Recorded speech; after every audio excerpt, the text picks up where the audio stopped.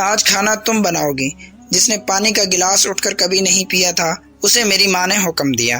وہ اٹھی، جیسے تیسے کر کے 3-4 گھنٹے لگائے اور کھانا بنایا، مگر نمک مرچ اس ٹیسٹ کے مطابق نہیں تھا جسے پرفیکٹ کہا جاتا ہے۔ اس لیے کھانا گھر کے کسی فرد نے نہیں کھایا اور طنز کیا، کیا اپنی ماں کے گھر سے یہ سیکھ کے آئی ہو؟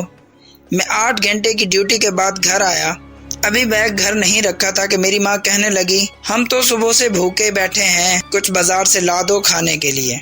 میں نے ایک نظر اپنی سہمی ہوئی بیوی پر ڈالی اور مارکیٹ چلا گیا۔ کھانا لے کر آیا تو سب کھانے لگے۔ میں نے اپنی بیگم کا بازو پکڑا اور کچن میں لے گیا۔ پکایا کیا ہے؟ اس نے آنسو آنکھوں میں ہی روکے ہوئے تھے۔ میری بات سن کر مسکرا دی۔ باقی سب کی طرح تم بھی بازار والا کھانا نہیں کھاؤ گے؟ نہیں، مجھے تو اپنی ہی بیوی کا ہاتھ کا بنا ہوا کھانا پسند ہے۔ اس نے کچن میں میرے لیے کھانا لگا دیا۔ جب میں نے کھانا چکھا تو اتنا بھی بد ذائقہ نہیں تھا کہ کھایا نہ جاتا، مگر اسے اتنا مارجن ہی نہیں دیا گیا کہ وہ اپنی غلطی ٹھیک کر لیتی۔ ناظرین، قصور میری بیوی کا بھی نہیں تھا۔ وہ ماسٹرز کر رہی تھی کہ ان کی شادی ہو گئی۔